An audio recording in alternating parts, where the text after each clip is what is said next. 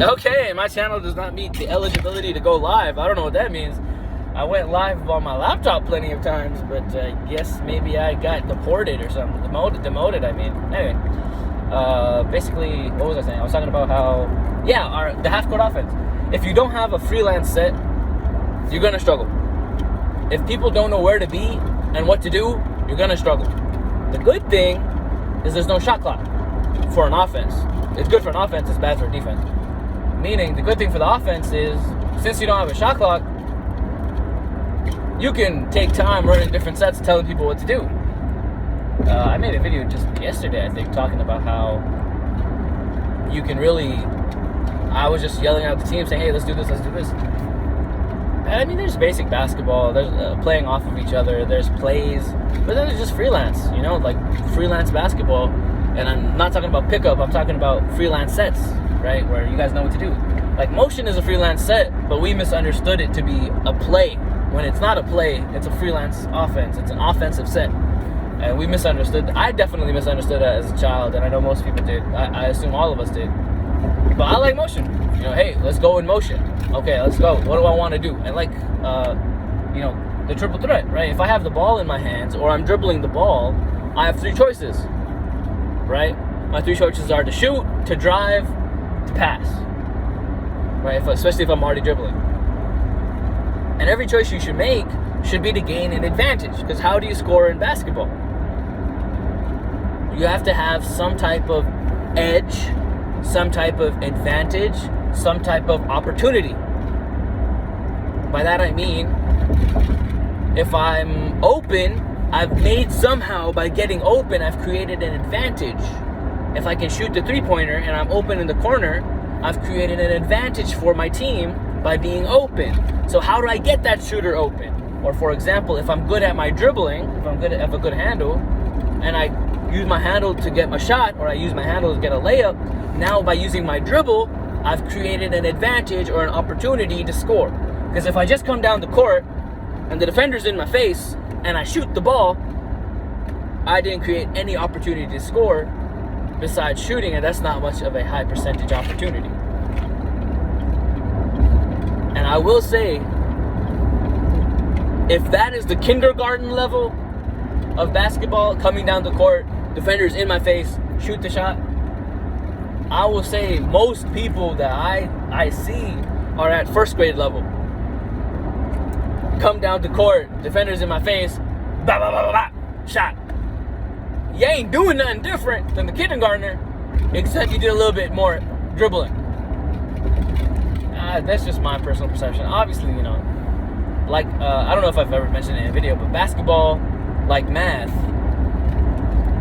you can take a million different ways to get to the right answer, but the right answer is bucket, stop the other team from getting bucket, right? How do you win a game of basketball? Score more points than your opponent. 90% of people are stuck on the first half of that statement. Score more. Then myself, I'm stuck on the last half of that statement. More than your opponent. You know what I'm saying? So most people are stuck on the first half. The first half is score more than your opponent. The second half is more than your opponent. Right? So it's first half is offense, second half is defense, right? So you have to do both. And so that's the answer. Now how do you get to that answer? Just like math, you can take a million different ways, but as long as you know x equals 2 and x equals 2 is the correct answer, there you go. So in our case, x equals bucket, y equals stop them from getting buckets. Now how do you get x and y to equal that? And I think that's a beautiful thing about basketball. Obviously, similarly, like math, there are faster ways to get to the answer. There are better ways to get to the answer. But you need good mathematics to tell you that, yes, that is the faster way. Yes, that is the better way. Otherwise, anybody can say anything. A person can say, hey, if I shoot this contested three-pointer without passing to any of my teammates, I'll make it 1 out of 15 times. I'm scoring. But that's not efficient. That's not the best way to do it. And so everybody has a different opinion on what the best way is. And I have my opinion, and it's fair that people have other opinions. And sometimes their opinions are as effective. But I look at NBA history, and in my opinion, from what I see in NBA history, there's been one style of basketball that has been the most effective. And you want to check it, ask Will Chamberlain. Obviously, he passed away. Ask Steph Curry. Ask Michael Jordan. Ask guys like, even from the 60s, ask Bill Russell. Why did you win more championships than Wilt? Why did it take him to go to the Lakers?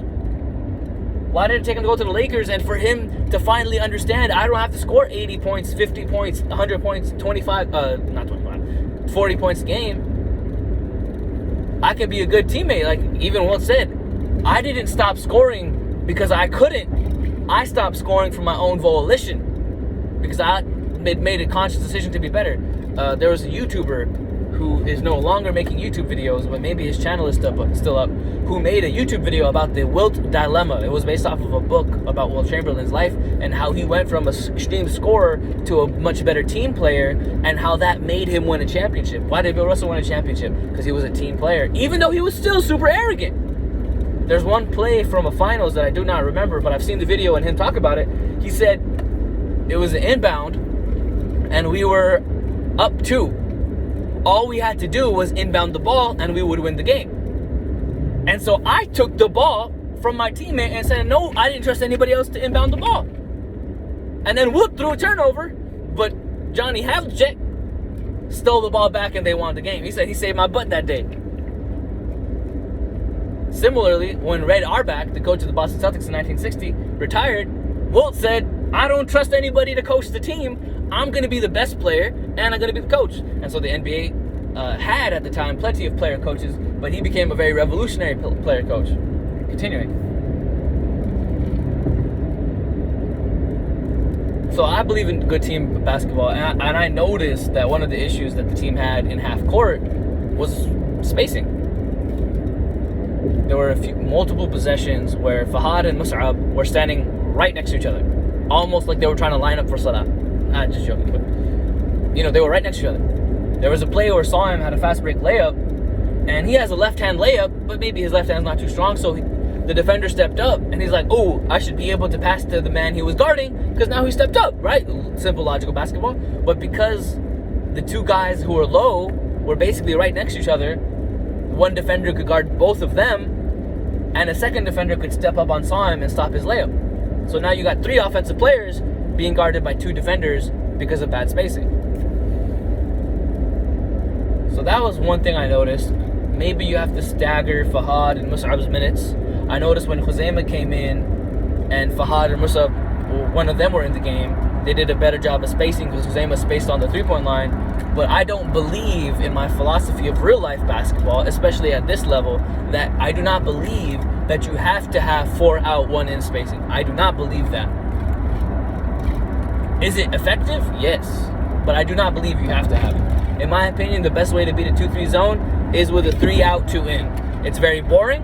It's very traditional. But I like it a lot. Obviously, the corner runner is obviously also a very good offense. It's also very traditional. It's also very boring, but also very effective and results in more 3-pointers and drives. Whereas the 3-2, 3 out, 2 in does not result in as many 3-pointers, nor does it result in as many drives. Instead, it results in more power forward, center, high post action, low post action, and good old school high-low basketball. And so, I noticed even weak side, there were multiple plays where, for example, Hassan has the ball, or Zaygam has the ball, or Hamad has the ball, and they're driving, the defense collapse, and even strong side corner is wide open, weak side corner is wide open, weak side wing is wide open. But because whether it's a lack of awareness or a lack of knowing where your teammates are, because you're not in a set offense, you're not in a set freelance, you're not in like a understandable motion where everybody's a certain place, they don't know where the teammate is. So when the help comes, they're not ready to pass to the open teammate. That happened multiple times I saw, where guys wide open, strong side corner even, guys open, weak side corner, weak side wing, but the pass is not there because the ball handler doesn't know where his teammates are and only sees the help defense come crash on him. So of course, and as I mentioned, it's the cycle of basketball. If you let the other team score, your offense will have the tougher time. If your offense has a tougher time and you miss, the other team has an easier time on their offense because they can go in transition and semi-transition,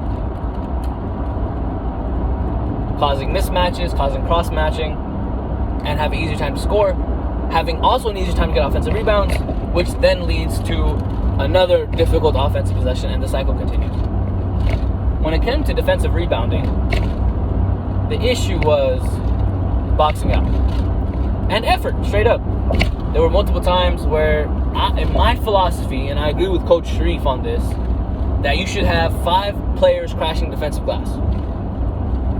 In my opinion, at the least, every player should at least touch their matchup. At least put your hand on him. Just touch his arm. Be aware of where he is on the court. Touch his arm. Then turn around, look at the ball, while still holding him, and then you can go towards the basket and grab the ball. Go towards where the loose ball is going.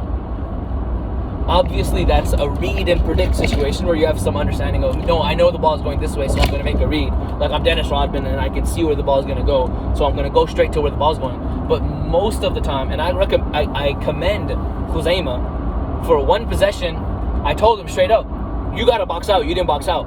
He just let the guy walk right by him, and he walked away from him. Like, he's here. He could have boxed out, but he walks away from him and lets him get to a position where he can fight for the ball. And so, immediately coming back, I told him, hey, box out. He goes down court, hits a three-pointer, mashallah, and I tell him, good shot, box out. Next, same defensive possession, he box out. And I'm like, good job, man, that's excellent. I love seeing improvement like that. It's simply just, sometimes you just got to be aware. And one of the issues that we had, and I'll get into, is that we had too much in some guys' minds. I noticed a few guys, they had too much in their mind, and maybe we should have just simplified the game plan for them, for the whole team. But I'll get to that a little bit later. So yeah, boxing out, then pursue the ball. That's the simple formula, the simple algorithm of how to grab a rebound. Grab your man, box him out, face the basket, see where the ball is going, chase the ball. That's the formula. Grab, turn around for the box out, grab the ball. Sometimes it can change, but that's the basic formula. The formula can change. As I said, mathematics does not have one way to get the answer, just the answer is important. How you get the answer is important. As long as you can get the answer consistently, that's the most important thing. Also, we did not do a good job of stopping dribble penetration. Guys just let guys get past them very easily. And the help defense did not have help defense. By that, I mean, if, for example, Zagam gives a good contest on a pump fake and the defender gets a step on him, even if Zagam is on his hip, it's good for Mus'ab to come rotate. Now, Mus'ab has rotated. Now, his man has a little bit of an opening. So, Fahad then has to rotate onto Mus'ab's man, where he can steal a pass while still being able to run out and contest his Fahad's original matchup. That's why you play zone. It simplifies that to where you need less awareness. Well, you still need more awareness in the zone, but where it's more simple. But the problem is, what was I gonna say? You need more awareness of where people are for box outs and things like that. And it was just a little bit tough overall, if I'm being honest. Because then we talked, let me finish that. So, boxing out, letting guys just drive right by you with no effort to stop them, and you can push. Hey man, this is referee basketball. It's organized basketball. It's not a foul unless the ref calls it. So play. I'm not saying to intentionally do dirty things, because I believe Allah is our witness, right? Allah is the one judging us. But if the referee don't call it, it's not a foul. So you play aggressively until the referee says, no, that's illegal. And then you play the way you're supposed to play. You know what I'm saying? Sometimes it's a foul. Sometimes the same play is not. It's a bang-bang thing. You know what I'm saying? So you play your way. You let the referee make the call. What else? Defensively, I think one of the main issues defensively was that people's minds were scatterbrained because of how much they had to think about. We talked a lot about a 1-3-1. We talked about a 2-3. We talked man. And so, between different things, guys struggled. I don't know if this car wants to go. Okay, you can go around me, buddy. I'll let you go past me, man. No problem. You gotta ride my bumper. Alright, anyway. We talked about a few different things, and I think maybe that got in a few guys' minds to where it messed them up a little bit. You know what I mean? Where they were thinking, okay, we're playing man defense, so I'm doing this. Oh no, we're playing zone. Okay, but what zone? We're playing 2-3. Oh no, we're playing 1-3. Oh, we're not playing 1-3-1. Okay, I'm gonna do this. Okay, wait, no, what do I do here again? Okay, I don't. That's what I got in mind. In my honest opinion, the best defense, in my opinion, is man with heavy zone principles. You see teams that LeBron James usually plays, because LeBron does give lackluster effort defensively in the regular season. He'll play mostly man with zone principles, heavy switching, heavy zoning of pick and rolls, playing sides on pick and rolls, playing, and I think it's obviously easier when teams are playing chess. But when teams are playing chaos basketball, chaos recreational pickup park basketball, it is more difficult to make good decisions defensively and offensively. So it's a lot more randomness involved than strategy.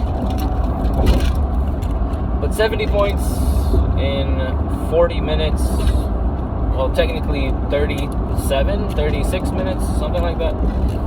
That's a lot of points.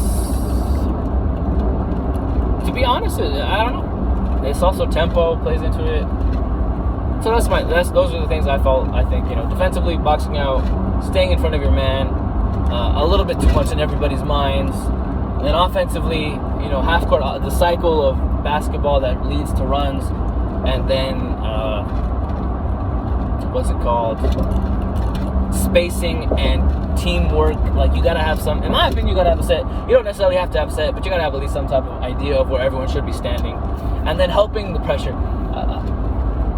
When a team is playing pressure, even in 2K, I would love to install a full court pressure offense. Not a full court pressure defense, a full court pressure offense. That if the team is full court pressing, this is what we're going to do. One of the difficult things about that in 2K is you can't choose who inbounds the ball. But in real life, you can choose who inbounds the ball. So what you do, in my opinion, in real life, have the guards inbound the ball. Have the center stand at half court, at where the jump ball circle is, in the middle of that. Have the two wings stand at half court on opposite sides of half court. So basically, you have the inbounder, another guard, and then three guys standing like this at half court. Three guys just in the spot like that at half court.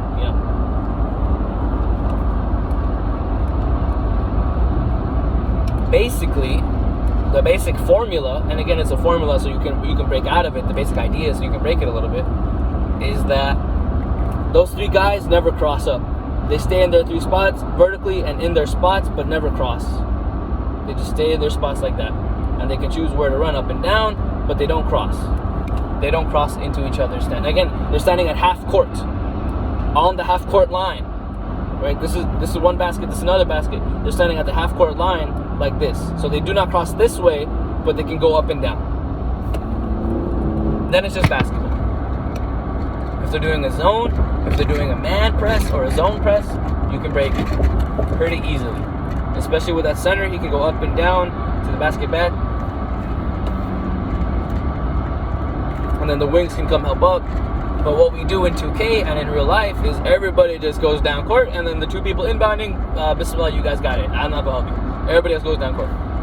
So it's good to have a strategy, have an ideology of what you want to do on a court. There's a reason why basketball introduced coaching. There's a reason why theater introduced directors. There's a reason why in all fathoms of life, businesses have CEOs, businesses have managers. There's a reason why everything where you have a team doing something has one person guiding those people. There's a reason why you do that. It's because it works. It's effective. Obviously, I'm a terrible coach. Straight up. I have no coaching experience. I've coached maybe 3-4 times in my life, officially. And the way that I coach, especially at this level, is that it's 90% preparation. For me. at this level. At an NBA level, it's preparation, it's motivation, it's team building, it's team management, player management, moral management, and all different levels. At NBA level, it's a lot more of player management, making sure everybody's motivated, making sure everybody doesn't hate each other, doesn't hate you, making sure everybody's doing what they should be doing, giving maximum effort for the team goal, and you just install one thing one time and you got it, you know what I'm saying? At our level, at this very basic level, it's mostly, in my opinion, team strategy, X's and O's, and fundamental building, and player skill building. Then it is morale and player management and motivation. Motivation is always there. Yeah, that's my opinion.